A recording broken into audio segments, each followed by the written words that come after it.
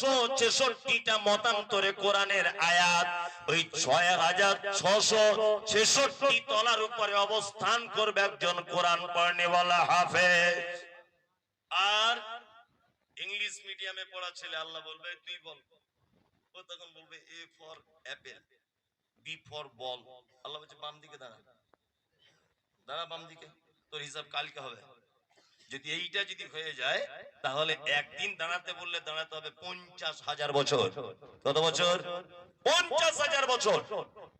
যদি বলছেন তাহলে আপনি জেনারেল শিক্ষিত ছেলেদের একেবারে এই কথা দিয়ে বোঝাতে চাইলেন যে তারা সব বেকার। না, ওটা বোঝাতে চাইনি, আপনি শেষ পর্যন্ত শুনুন, তাহলে আপনার মগজ ধোলাই হবে। আমি যেটা বলতে চাইছি সেটা হচ্ছে এই, আল্লাহর দরবারে দ্বীনের শিক্ষাটা সব থেকে বেশি মর্যাদা রাখে। আল্লাহর ভাষা শুনুন, আল্লাহর ভাষা হচ্ছে কুল। নবী আপনি বলুন, হাল ইয়াস্তাবিল্লাযীনা ইয়ালামুনা ওয়াল্লাযীনা লা ইয়ালামুন, যারা এটাকে জানে আর যারা জানে না তারা কি সমান? সমান? সমান নয়। আল্লাহ বলছে যারা এটা জানে আর যারা জানে না এরা কি সমান? সমান নয়। এবার আপনাকে একটা কথা বলছি, আপনার বেটা যদি শুধু স্কুলেই পড়ে আর আরবি জ্ঞান যদি না থাকে তাহলে আপনার বেটার কতটা ক্ষতি হচ্ছে আর আপনি বাপ হিসাবে নিজেকে কতটা ক্ষতিগ্রস্ত করছেন, একটা চমৎকার যুক্তি সম্পূর্ণ কথা বলে দিয়ে আপনি বুঝতে পারবেন। এক, আল্লাহ নবী সাল্লাল্লাহু আলাইহি ওয়াসাল্লাম বলেছেন তালাবুল ইলমি ফারিজাতুন আলা কুল্লি মুসলিমিন, প্রত্যেক মুসলিম নরের উপরে দ্বীনের শিক্ষা অর্জন করা ফরজ। আচ্ছা, এখানে কি আল্লাহ নবী বলেছেন যে অন্যগুলো হারাম? না, শুধু বলেছেন দ্বীনের শিক্ষা অর্জন করা কি ফরজ, তাই না? এবার এখানে একটা কথা আপনাকে আরো বলে দিই, সেটা হচ্ছে এই, আপনার বেটা দ্বীনের শিক্ষা বাদ দিয়ে, টোটালি বাদ দিয়ে এখন জেনারেল লাইনে আপনার ছাত্র আপনার বেটা পড়ছে। আচ্ছা আপনি বলুন তো, আমাদের মাঝে একজন নবী এসেছিলেন, নবীটার বাপ ছিল না, তার নাম কি? কি নাম? ঈসা আলাইহিস সালাম। আচ্ছা, স্কুলের বই ওর নাম কি? যিশু। ওর নাম যিশু। আচ্ছা বলুন, কোরআনের সঙ্গে স্কুলের এই যিশুর নামে সংঘর্ষ আছে না নেই? আছে, আছে। কোরআন বলছে ওর মায়ের নাম মারিয়াম, স্কুলে বলছে ওর মায়ের নাম ম্যারি। কোরআন বলছে ওর জন্ম হয়েছে বাইতুল লাহাম, স্কুলে পড়ানো হচ্ছে ওর জন্ম হয়েছে বেতেলহেম বলে একটা জায়গায়। কোরআন বলছে ফাইন্না খালাকনাকুম মিন তুরাবিন সুম্মা মিন নুতফাতিন সুম্মা মিন আলাকাতিন সুম্মা মিন মুদগা, মানুষকে তৈরি করা হয়েছে মাটি দিয়ে। কি দিয়ে? মাটি দিয়ে। স্কুলে কি বলছে? চার্লস ডারউইনের থিওরি, বানর থেকে মানুষ হয়েছে। এবার আপনাকে আমি বলছি, কোরআন বলছে ওর নাম ঈসা, স্কুলে বলছে ওর নাম যিশু। কোরআন বলছে মায়ের নাম মারিয়াম, স্কুলে বলছে ওর মায়ের নাম ম্যারি। কোরআন বলছে ওর জন্ম বাইতুল লাহাম, এখানে বলা হচ্ছে জন্ম বেতেলহেম। কোরআন বলছে মানুষকে তৈরি করা হয়েছে মাটি দিয়ে, আর স্কুলে পড়ানো হচ্ছে চার্লস ডারউইনের থিওরি, বানর থেকে মানুষ। পড়ানো হয় না? আমি মনে মনে ভাবছি চার্লস ডারউইন তো যা অন্যায় করেছে করেছে, 2024 সালের হেডমাস্টার এই শিক্ষা পড়াচ্ছে কি করে? ওর কি মাথাতে বুদ্ধি টুদ্ধি কিছু নাই? তার একটা জ্বলন্ত প্রমাণ, হেডমাস্টার যে রুমে থাকবে দেখবেন একটা ক্যালেন্ডার রাখা আছে, ওই ক্যালেন্ডারে দেখবেন ছবি করা আছে, একজন এইরকম করে আছে, আর একজন একটু বড়, তারপরে আর একটু গড়িয়াল টাইপের, তারপরে আর একটু লোক হাফ প্যান্ট পরা, তারপরে একজন মাঝে এরকম বেঁকিয়ে, তারপরে দেখবেন একজন ফুল মানুষ আছে না? মানে বলতে চাইছে, বোঝাতে চাইছে প্রথমে বানর ছিল, তারপরে ওই শিয়ালের মতো হলো, তারপরে গড়িয়ালের মতো হলো, তারপরে ওই হায়ানাকের মতো হলো, তারপরে এরকম হতে হতে হতে হতে পরিবর্তন হতে হতে মানুষ। এটা বোঝানো হয় না? আল্লাহ। আচ্ছা, আমার শুধু মাথায় এগুলো ঢোকে না, আপনি গরু পোষেন বাড়িতে, দেশি গরু পোষেন না? পোষেন। আচ্ছা, আপনি যদি এখন মনে করেন যে আমি একটা জার্সি গরুর বাছুর আমার গরুর পেট থেকে বার করব, এটা সম্ভব না অসম্ভব? সম্ভব। বুঝে বলুন, সম্ভব। এখন ডাক্তারের যুগ, তাই না? ইনজেকশন যদি জার্সি গরুর দেয় তাহলে জার্সির বাছুর হবে না? হবে। এখন আমার মেয়ে বাড়িতে খুব কান্না করছে আর বলছে আব্বু আমার একটা হরিণের বাচ্চা এনে দাও না, একটু খেলবো। আমি গরুর ডাক্তারকে বলছি ডাক্তার বাবু একটা হরিণের ইনজেকশন চালিয়ে দেন তো, যাতে হরিণের বাচ্চা হয়। আচ্ছা বলুন তো, কিয়ামত পর্যন্ত সম্ভব? সম্ভব নয়। অস্ট্রেলিয়ান গরু ওর পেটে হবে, এটা সম্ভব। ভিয়েতনামি গরু হবে সম্ভব, জার্সি গরু ওর পেটে হবে সম্ভব, ফিলিস্তিনি গরু হবে ওর পেটে সম্ভব, অস্ট্রেলিয়ান গরু ওর পেট থেকে পাওয়া যাবে, এটা সম্ভব। এক কথাতে ওর পেটে যা পার্টস আছে গরু জন্ম হওয়ার পার্টস। কি বললাম বুঝলেন? অন্য কোন প্রাণী আনা যাবে না, অসম্ভব ব্যাপার।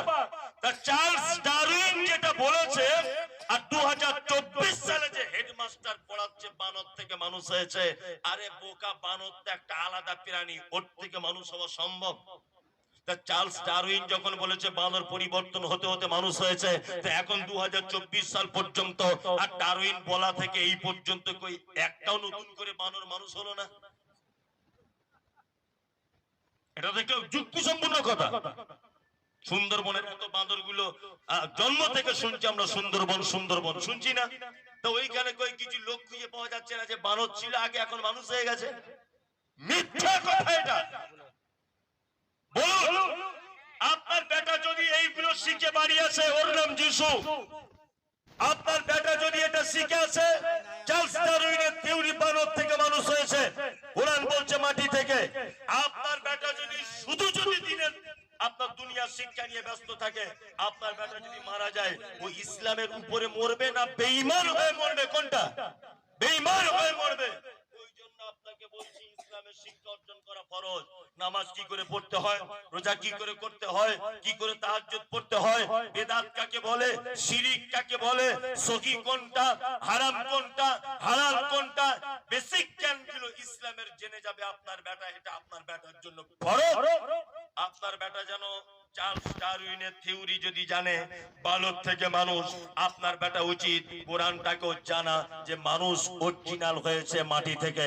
আপনার বেটা একদিকে যেমন শিখবে এর নাম যিশু, আপনার বেটা আর একদিকে যেন এটা জানতে পারে এর নাম ঈসা আলাইহিস সালাম। তাছাড়া আপনার বেটার ঈমান থাকবে না, একদম থাকবে না আপনার বেটার ঈমান।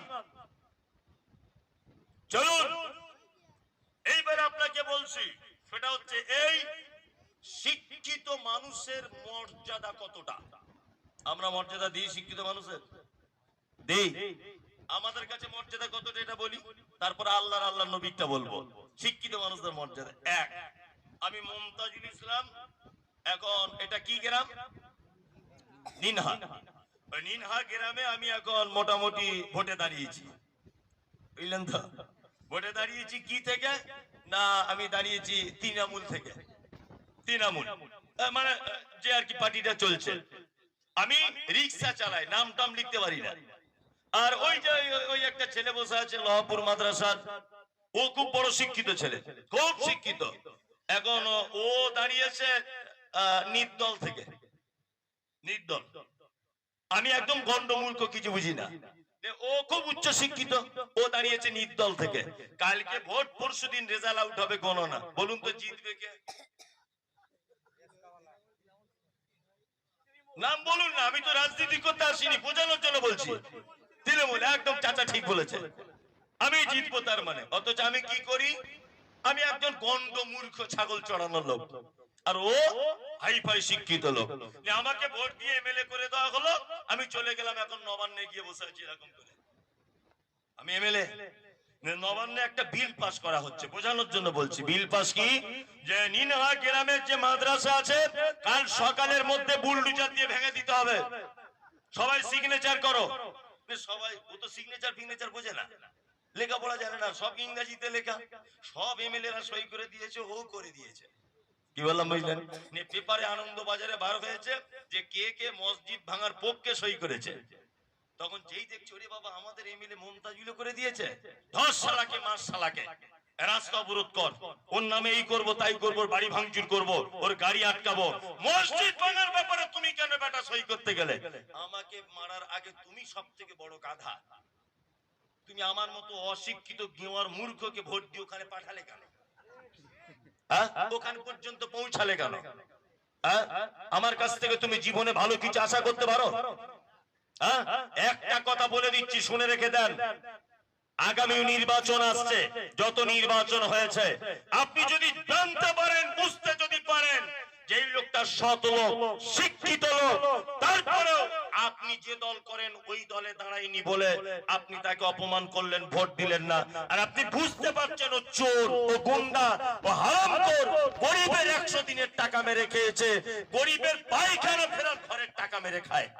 এই রকম লোককে ভোট দিয়ে পার্লামেন্টে পাঠিয়ে দিয়েছেন, কিয়ামতের দিন আপনার পাছার চামড়া তুলে দেওয়া হবে। বদমাইশির জায়গা পাও না, একটা বদমাইশ লোককে তুমি ওখানে পাঠিয়ে দিলে।